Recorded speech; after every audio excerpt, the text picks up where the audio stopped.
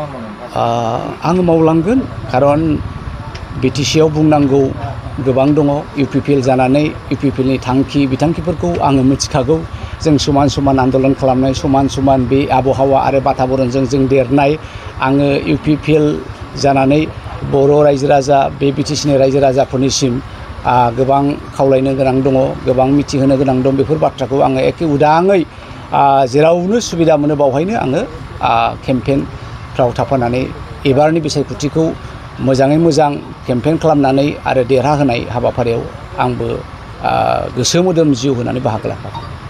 BTC कंग्रेसनि गोहोमा गर्जन मोसाहारि थानायाव जथेस्थ' गोहोम दंमोन।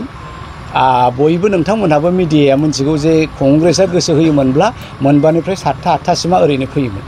दा दिनै देरहानायनि मोनसेबो समस्थियाव बिथांमोना केन्डिडेट होआखै। कंग्रेसआ दादों बिटिसिआव गर्जनानो दादों बिटिसिआव कंग्रेसखौ।